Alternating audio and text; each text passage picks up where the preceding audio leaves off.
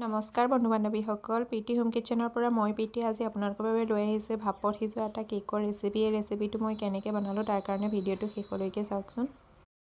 এই কেকটো বনাবৰ কাৰণে মই এটা ডাঙৰ চাইজৰ বাচন লৈ থৈছোঁ। বাচনটোত মই 2 কাপ মিঠৈ লৈ লৈছোঁ। মিঠৈটো মোৰ কোমল আছিলে আৰু 2 কাপ মিঠৈৰ কাৰণে মই আধা কাপ পানী ইউজ কৰিছোঁ। পানীটো অকণমান মই কুহুমীয়া গৰম পানী কৰি লৈছোঁ। আৰু লগতে আপোনালোকৰ মিঠৈখিনি যদি টান হয় তেতিয়াহ'লে মিহি মিহিকৈ কাটি ল'ব। মোৰ মিঠৈখিনি কোমল আছিলে কাৰণে মই কাটি লোৱা নাই। ইয়াত মই পানীখিনি এড কৰি লৈ পেলাই এইখিনি অকণমান মিলাই দিম। মিলাই পেলাই এখন চামুচ দিও মিলাব পাৰে, হাতেদিও মিলাব পাৰে। পানীখিনি বহুত বেছি গৰম নাছিলে আৰু এইখিনি পূৰা একদম গলাই ল'ম। এয়া চাওক কেনেকুৱা একদম মই পূৰাকৈ গলাই লৈছোঁ। মিঠৈখিনি ভালদৰে গলি যোৱাৰ পিছত মই ইয়াত পিঠাগুড়ি এড কৰি দিছোঁ। মোৰ পিঠাগুড়িটো কেঁচা পিঠাগুড়ি হয়। কেঁচা পিঠাগুড়িৰ জেগাত আপোনালোকে ভাজা পিঠাগুড়িও ল'ব পাৰে।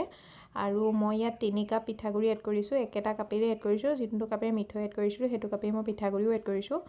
আৰু আপোনালোকে এই কেকটো যে মিঠৈ জেগাত চেনি দি পেলাইও বনাব পাৰে আৰু মিঠৈটো নিজৰ হিচাপ অনুসৰি অকণ কম বেছিও কৰি দিব পাৰে। আৰু মই এতিয়া এইখিনি ভালদৰে মিলাই ল'ম। আৰু এয়া চাওক মোৰ পিঠাগুড়িখিনি মিলাই হৈ গ'ল। ইয়াৰ থিকনেছটো এনেকুৱা হ'ব লাগে, বহুত বেছি পাতলো হ'ব নালাগে, বহুত বেছি ডাঠো হ'ব নালাগে। যেনেকৈ আমি বৰপিঠাৰ কাৰণে বনাওঁ তেনেকুৱা ঘোলটো হ'ব লাগে। আৰু ইয়াত মই ফ্লেভাৰৰ কাৰণে অকণমান চফ এড কৰি দিছোঁ। আধা চামুচমান হ'ব, আধা চামুচতকৈ কমেই হ'ব। আৰু অকণমান নিমখ এড কৰিছোঁ 1 চুটকি।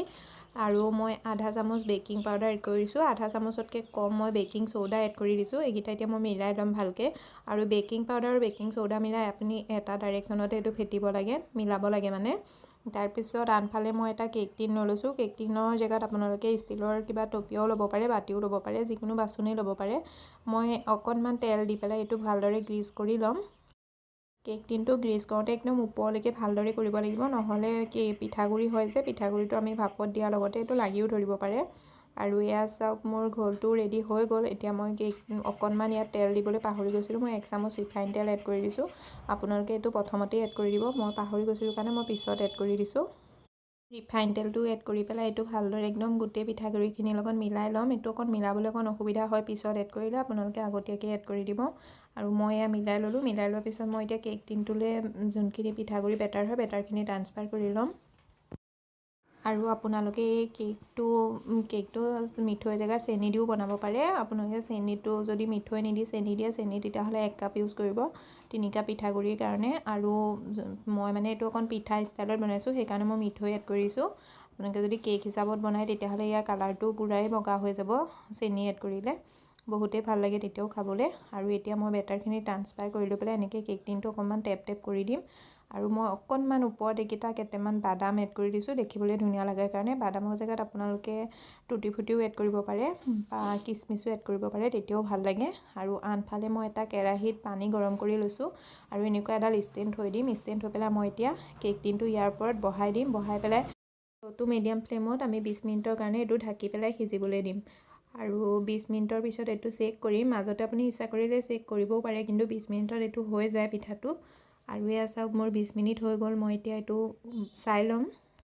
আৰু আপোনালোকৰ পিঠাৰ বাচনটো যদি অকণমান বেছি দ হয় তেতিয়াহ'লে অকণমান সময় বেছি লাগে আৰু আপোনালোকে আৰু 5 মিনিটমান এইটো সিজাব লাগিব। মোৰ 20 মিনিটত এইটো হৈ গৈছে। আপোনালোকে 20 মিনিটত এবাৰ চেক কৰি চাব। যদি পিঠাটো নোহোৱা নিচিনা পায়, কেঁচা নিচিনা পায়, তেতিয়াহ'লে আকৌ 5 মিনিটমানৰ কাৰণে আকৌ সিজিবলৈ দিব।